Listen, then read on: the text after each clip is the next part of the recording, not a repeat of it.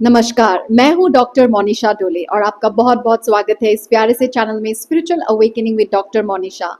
आपके लाइक्स और कमेंट्स के लिए बहुत-बहुत धन्यवाद। जब भी आप कमेंट्स लिखते हैं, मैं आपके बारे में थोड़ा-सा जान पाती हूँ।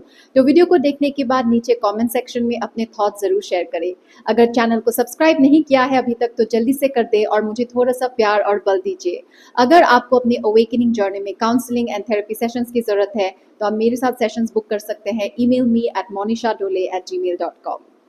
आइए आज बात करते हैं कि क्या स्पिरिचुअली अवेकन होने का ये मतलब है that you have to be love and light all the time.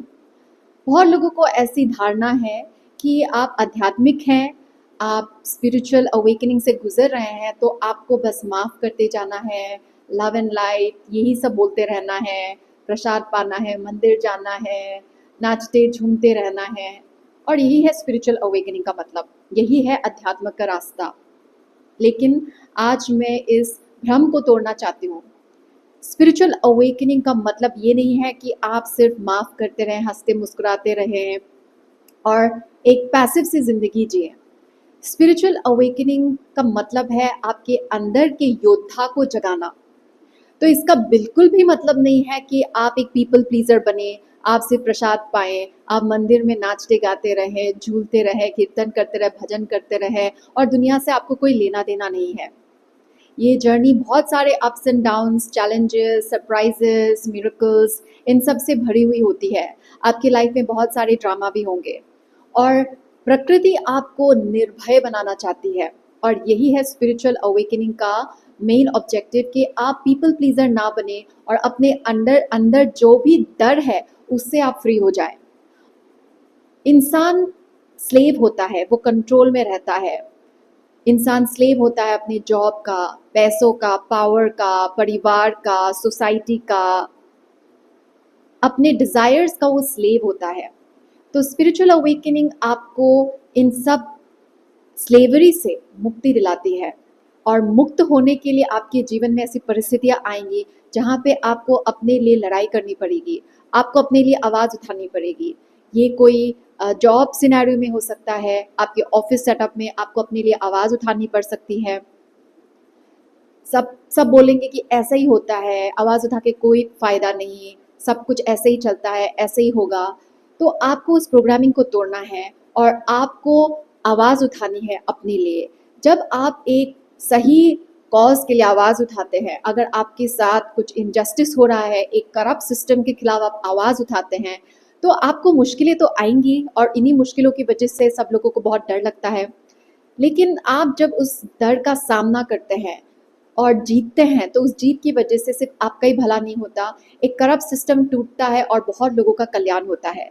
तो अध्यात्म का मतलब है आप निडर हो जाए, निर्भय हो जाए और अपने लिए और दूसरों के लिए हमेशा आवाज़ उठाए।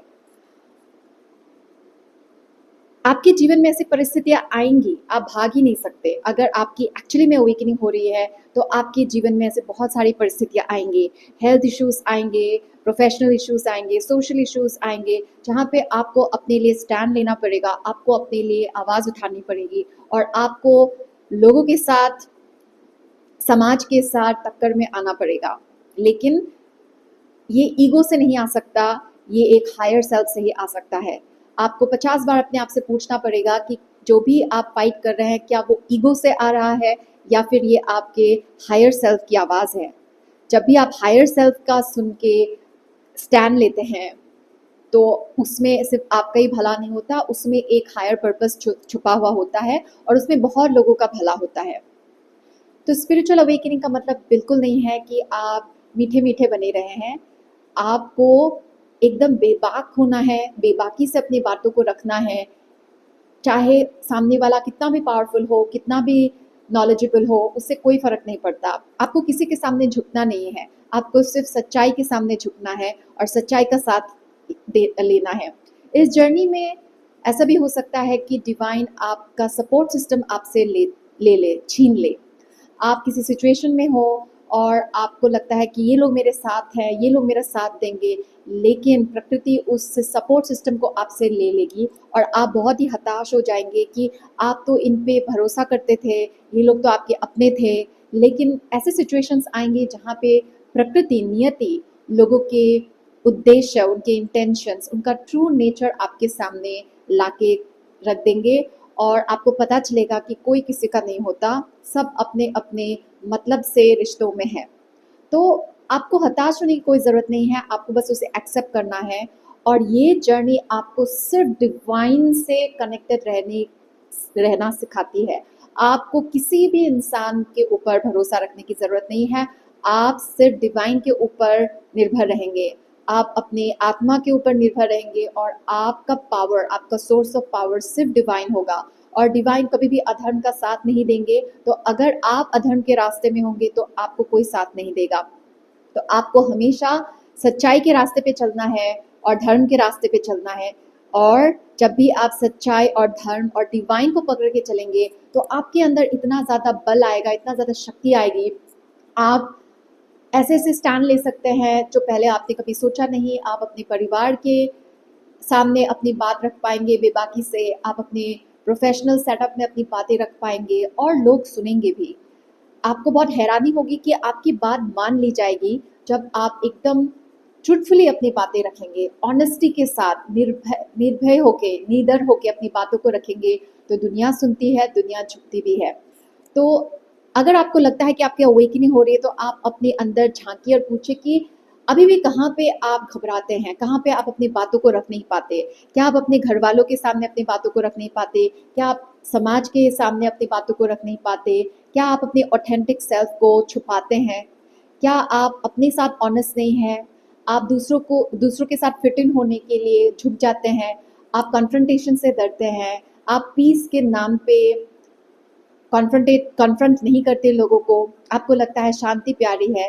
लेकिन मैं ये मानती हूँ कि शांति के बाद क्रांति आती है और कभी कभी शांति के लिए क्रांति का आना बहुत ज़्यादा ज़रूरी है। ये हमने बहुत बार देखा है, महाभारत के टाइम पे देखा है, हमने अपने फ्रीडम स्ट्रगल के टाइम पे देखा है। सिर्फ गांधी जी का नॉन वायलेंट मूवमेंट ने हमें आज़ादी नहीं दी है, बहुत सारे इवेंट्स हुए हैं। ऐसा नहीं कि हमें हर चीज़ हर टाइम पे फाइट करते रहना है, कभी भी एडजस्ट नहीं होना है। नहीं, कृष्ण सिखाते कि हमें डिसर्नमेंट के साथ अपने जीवन को जीना है। ऐसा नहीं कि हमेशा हम माफ़ करें, हमेशा पैसिवली ले सारी चीज़ों को।